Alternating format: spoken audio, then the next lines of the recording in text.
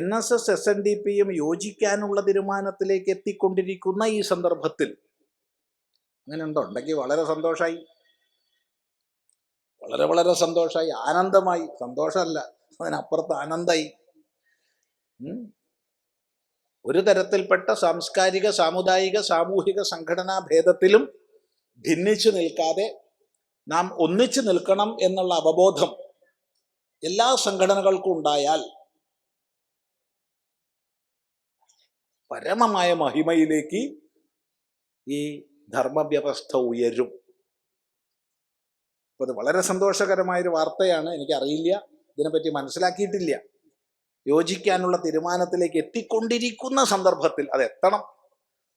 എത്തുമ്പോഴത്തേക്ക് എന്തെങ്കിലും അപ്പകഷ്ണങ്ങൾ ഇട്ടുകൊടുത്താൽ, ഒരു സ്കൂള്, ഒരു അപ്പകഷ്ണം, ഒരു മെഡിക്കൽ കോളേജ്, അല്ലെങ്കിൽ നിങ്ങളുടെ സ്കൂളിൽ കോളേജിൽ പുതിയ കോഴ്സുകൾ, ഇതൊക്കെയാണ് അപ്പകഷ്ണങ്ങൾ. ഈ അപ്പകഷ്ണങ്ങൾ എന്തെങ്കിലും ഭരണാധികാരികൾ ഇട്ടുകൊടുത്താൽ അവരതിൻ്റെ പിന്നാലെ പോകുമെന്ന് എനിക്കറിയില്ല. അങ്ങനെയാണെങ്കിൽ അങ്ങനെ സംഭവിക്കാതെ എന്ത് വന്നാലും നാം ഒന്നാണ് എന്ന ഭാവത്തോടുകൂടി എങ്ങനെയാണോ ബഹുമാന്യരായ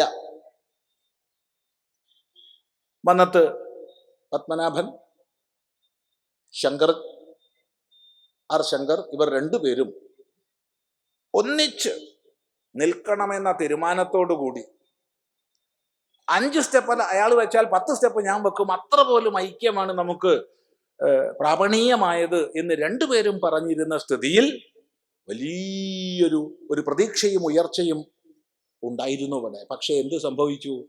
ഛിന്ന ഭിന്നമായി. ഈ ചരിത്രത്തിൽ നിന്ന് പാഠം ഉൾക്കൊണ്ടുകൊണ്ടാണോ ഈ യോജിപ്പിന്റെ ശബ്ദം? എങ്കിൽ അങ്ങേയറ്റം ആനന്ദപ്രദമാണ്. അങ്ങനെ ആവണം.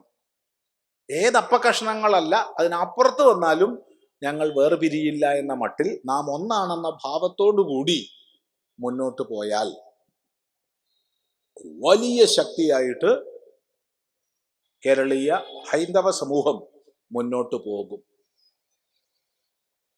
ഇത്രയ്ക്കധികം നമ്മുടെ ചുറ്റുപാട് രാഷ്ട്രീയപരമായ പ്രീണനങ്ങളും വോട്ട് ബാങ്കിന് വേണ്ടി ഏത് അധാർമികതയുടെ അങ്ങറ്റം വരെ പോകുന്നതും കണ്ടിട്ടും ഏകതയുടെ സന്ദേശം ഉൾക്കൊള്ളുന്നില്ലെങ്കിൽ പിന്നെ പറഞ്ഞിട്ട് പ്രയോജനമില്ല. കഴിഞ്ഞ ദിവസം തന്നെ വളരെ വ്യാപകമായി പ്രചരിച്ചിട്ടുണ്ട്, അടുത്ത തെരഞ്ഞെടുപ്പിൽ UDF ഭരണത്തിൽ വരണമെന്നുള്ളത് മുസ്ലിം സമൂഹത്തിന്റെ ആവശ്യമാണെന്ന് ശ്രീ ഷാജഹാന്റെ പ്രസംഗം. ഷാജഹാനല്ല, KM ഷാജി, അദ്ദേഹത്തിന്റെ പ്രസംഗം. ഒരു മടി, ഒരു മറവും ഇല്ലാതെയാണ് അത്തരം കാര്യങ്ങൾ പറയുന്നത്. ഇവിടെ സംസ്ഥാനത്തിന്റെ, സമൂഹത്തിന്റെ, രാഷ്ട്രത്തിന്റെ എന്നല്ല, ഒരു മതത്തിന്റെയാണ്.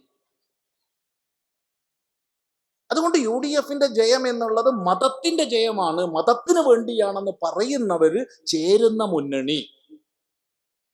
അങ്ങനെ വിളിച്ചു പറയുന്ന ഒരവസ്ഥ ഉണ്ടായിട്ടും ഇവിടെയുള്ള സാമുദായിക സംഘടനകൾക്ക്, സാംസ്കാരിക സംഘടനകൾക്ക് നേരം വെളുക്കുന്നില്ലാച്ചാൽ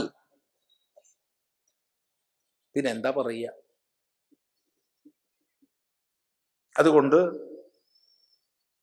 വളരെ ആശാവഹമായ ഒരു വാക്യമാണ് ഇവിടെ വായിച്ചിട്ടുള്ളത്. ഹൈന്ദവർക്കിടയിൽ തന്നെ വിഭിന്നാഭിപ്രായങ്ങൾ വരാനുള്ള കാരണം എന്താണ്? അങ്ങനെ ഉണ്ടോ? അറിയില്ല. ഹൈന്ദവർക്കിടയ്ക്ക് എന്താ ഇപ്പൊ വിരുദ്ധാഭിപ്രായം വരാൻ സാധ്യതയില്ല. ഈ എഴുതിയ ആള് ഫേസ്ബുക്ക് തുടങ്ങിയ മാധ്യമങ്ങളെ ആശ്രയിച്ചിട്ടാണോ? അങ്ങനെയാണെങ്കിൽ പേര് കണ്ടിട്ടൊന്നും വിശ്വസിക്കേണ്ട. വല്ലാത്തൊരു മായാലോകമാണത്. അവിടെ നാമരൂപങ്ങൾക്കൊരർത്ഥവുമില്ല. പാരമാർത്ഥികമായ വേദാന്തത്തെ അങ്ങേയറ്റം ഉൾക്കൊണ്ടിട്ടുള്ളതാണ് ഫേസ്ബുക്ക്. കാരണം ഫേസ്ബുക്കിന്റെ കുഴപ്പമല്ല, അതിൽ പ്രയോഗിക്കുന്നവർ. കാരണം പേര് മാറി വരിക, ഒരാൾ തന്നെ 10 പേരിൽ. ചില പേരുകളൊക്കെ കണ്ട അത്ഭുതം വരും. അപ്പൊ ആ പേര് നോക്കിയിട്ട് അത് ഹിന്ദു പേരാണ് എന്നുള്ളത് കൊണ്ട് ഹിന്ദുവാണെന്നോ, അത് മുസൽമാന്റെ പേരാണെന്നുള്ളത് കൊണ്ട് മുസൽമാനാണെന്നോ, അത് ക്രിസ്ത്യാനിയുടെ പേരാണെന്നുള്ളത് കൊണ്ട് ക്രിസ്ത്യാനിയാണെന്നോ, സ്ത്രീയുടെ പേരായത് കൊണ്ട് സ്ത്രീയാണെന്നോ, പുരുഷന്റെ പേരാണെന്നോ പുരുഷനാണെന്നോ ധരിക്കരുത്. അല്ലാതെ ഒരു ഹൈന്ദവ സംഘടനയ്ക്കും ഹൈന്ദവ പ്രസ്ഥാനങ്ങളുടെ യോജിപ്പിൽ വൈരുദ്ധ്യം ഉണ്ടാവില്ല, വിരുദ്ധാഭിപ്രായം ഉണ്ടാവില്ല, ഉറപ്പാണ്.